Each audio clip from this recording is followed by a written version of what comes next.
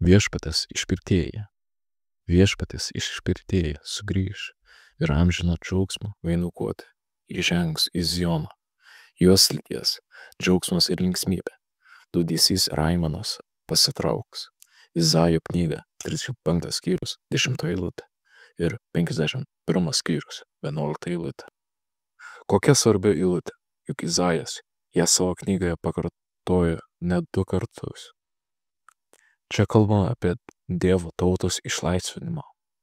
Būsime išpirkti per jį, kai jis žengs ir pašauks prie savęs. Tuomet įsivairaus džiaugsmas, šėlsmas ir giesmės, baigsis rūpesčiai ir dūsavimai.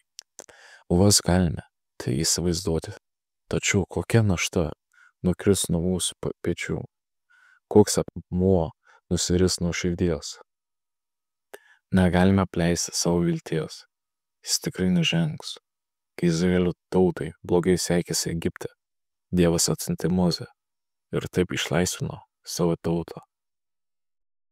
Kai mums blogai sekasi, pasirodo šventajame dvasia ir išlaisvino mus, atgyvina, tad mes galime džiūgauti. Jei persekiojami tampa per sunkus, pasirodo pats Jėzus ir gailisi savo tautos. Jis pasirodo kaip nugalėtojas, karalius ir viešpats. Iki kol Jėzus nužengs, girdėsime liudijimus ir jausime jo buvimą. Dabar matome tam tikrą ekscizą to, kas įvyks.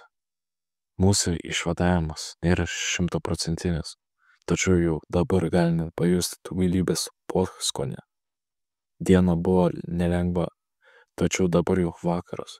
Visi miega, o aš skaitau Dievo žodį. Jo liudijimas atgaivina suteiktą drąsos ir guodžia. Visi rūpesčiai, vargai ir dūsavimai dingsta, keis užvaldo širdį. Jos lydės džiaugsmas ir linksmybė. Liūdesys ir aimanos pasitrauks. Taip veikia šventoji dvasia mūsų širdyse. Jei atsiveriame jam, skirime tam laiko, jis laikosi žodžių, rūpesčiai atsitraukia, lydi džiaugsmas. Dėkoju Jėzau, kad tu laikaisi savo žodžių. Kaip gerai, kad mane išlaisvini, kai esu su tavimi, pasitraukia rūpesčiai, vargai, dūsavimai, baimės. Tu esi viešpats, kur žodis lemiamas. Amen.